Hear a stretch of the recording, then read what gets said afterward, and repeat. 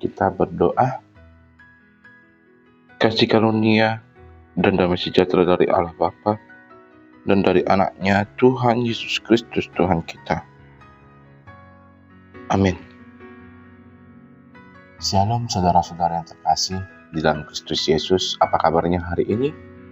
Pastinya sungguh luar biasa, karena Tuhan selalu menyertai kita. Begitu juga saudara-saudara yang terkasih, kita pada hari ini disapa oleh firman Tuhan yang tertulis dalam Mika 4 ayat 1. Mika 4 ayat 1 saya akan membacanya untuk kita. Akan terjadi pada hari-hari yang terakhir, gunung rumah Tuhan akan berdiri tegak, mengatasi gunung-gunung dan menjulang tinggi di atas bukit-bukit. Bangsa-bangsa akan berduyun-duyun ke sana. Sekali lagi saya akan membacanya, Mika 4 ayat 1. Akan terjadi pada hari-hari yang terakhir, gunung rumah Tuhan akan berdiri tegak mengatasi gunung-gunung dan menjulang tinggi di atas bukit-bukit. Bangsa-bangsa akan berduyun-duyun ke sana. Demikian firman Tuhan. Saudara-saudara yang terkasih, untuk memahami keindahan teks kita pada hari ini dalam Mika 4 ayat 1, kita harus melihat apa yang terjadi tepat sebelum ayat ini, yaitu pada Mika 3 ayat 12, di mana ketika kita membaca Mika 3 ayat 12, saudara-saudara yang terkasih, Nabi Mika mengancam para pemimpin yang korup, hakim yang menerima suap, dan nabi-nabi palsu. Akibatnya, yang terjadi di tengah-tengah dosa-dosa yang dilakukan oleh para pemimpin, hakim-hakim, dan nabi-nabi palsu, Tuhan menjatuhkan hukuman kepada bangsa Israel, di mana dikatakan Sion akan dibajak seperti ladang, dan Yerusalem akan menjadi timbunan puing. Dan inilah yang menjadi kondisi dalam Mika 4, di mana tepat setelah nubuat kehancuran itu, maka babak baru akan dibuka dengan kata, akan terjadi pada hari-hari yang terakhir, di mana Tuhan tidak akan pernah meninggalkan umatnya dalam kehancuran. Dan disinilah kita dapat melihat, saudara-saudara yang terkasih, hukuman Tuhan memiliki batas, namun kasih setia dan rencana pemulihannya itu berlangsung selama-lamanya. Mari kita lihat beberapa poin yang ada di dalam teks kita pada hari ini, di mana yang pertama adalah kedaulatan Allah yang mengatasi segalanya.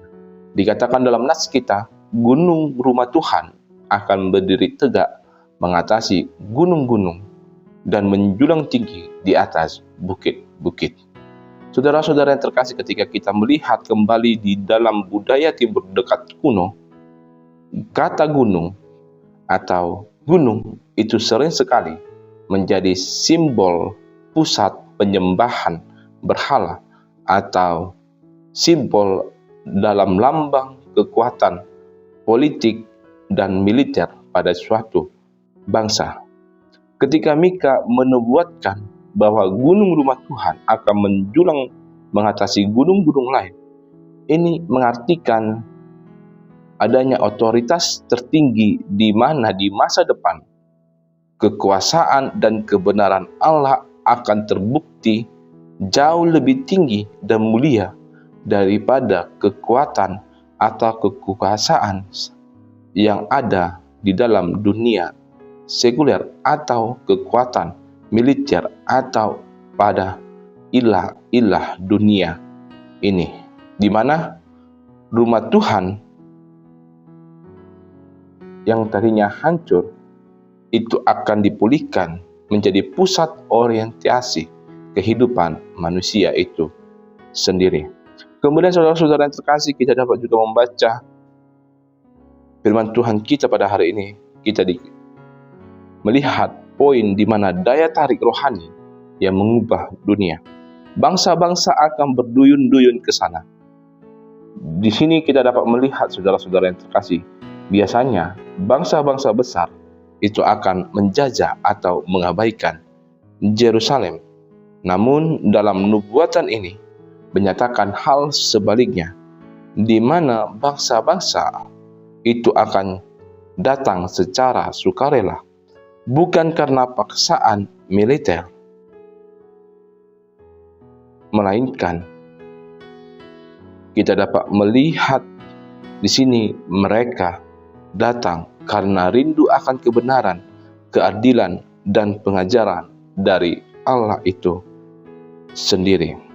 Di sini dapat kita melihat, saudara-saudara yang terkasih, bahwasanya di dalam ayat ini melambangkan bagaimana keselamatan dari Allah itu tidak hanya secara eksklusif terhadap satu bangsa, melainkan menjadi magnet spiritual yang merangkul semua suku di bumi ini menuju Kristus. Oleh karena itu, saudara-saudara yang terkasih, bagaimana kita menghidupi pesan dalam Mika 4 ayat 1 ini di tengah-tengah dunia kita yang serba modern ini? Yang pertama adalah menempatkan Tuhan sebagai gunung tertinggi di dalam hidup kita, yang mana kita diingatkan kembali untuk memeriksa prioritas di dalam kehidupan kita. Apakah karir, kekayaan, atau kecemasan itu menjadi gunung di dalam hidup kita yang mengaburkan keagungan Tuhan di dalam kehidupan kita. Oleh karena itu, saudara-saudara yang terkasih, mintalah Roh Kudus agar selalu senantiasa mengajari kita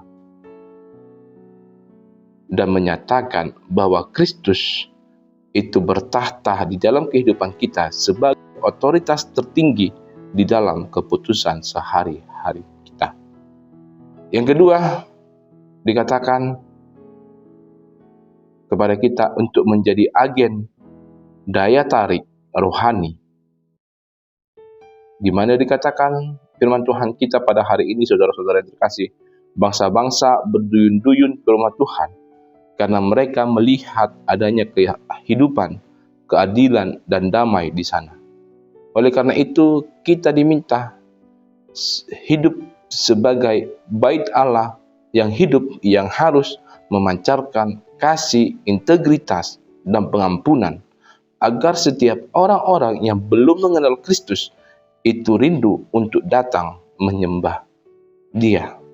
Dan yang terakhir, kita diminta untuk memiliki pengharapan yang kokoh, di mana ketika kita melihat situasi dunia kita yang tampak tidak baik-baik saja, mari kita ingat janji pemulihan ini, di mana akhir hidup cerita orang beriman itu bukanlah puing-puing kehancuran, melainkan kemuliaan di gunung Tuhan yang berdiri tegak selamanya.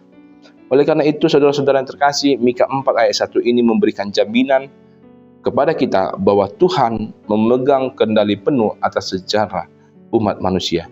Meskipun hari ini kita mungkin melihat banyak runtuhan, akibat kegagalan, akibat dosa, akibat tantangan hidup. Mari kita ingat, mari kita percayai bahwa Tuhan sanggup mendirikan kembali sebuah kemuliaan yang jauh lebih besar daripada hari ini. Mari kita berkomitmen untuk terus berjalan di dalam namanya. Mari kita berkomitmen untuk bersandar pada didikannya. Dan mari kita berkomitmen, saudara-saudara yang terkasih, untuk menjadi pembawa damai di tengah-tengah dunia ini. Amin. Kita berdoa. Terima kasih ya Allah, terima kasih ya Roh Kudus atas kasih dan karunia yang Kau berikan kepada kami hingga pada saat ini Tuhan. Kami dapat selalu sehat dalam menjalani aktivitas kami Tuhan. Terlebih Tuhan, kami telah mendengarkan sebagian firman-Mu Tuhan. Kiranya firman-Mu Tuhan menjadi firman yang bekerja dalam hati dan pikiran kami Tuhan, agar kami Tuhan, anak-anak Tuhan, menjadi agen-agen pembawa kedamaian Tuhan di tengah-tengah dunia ini Tuhan.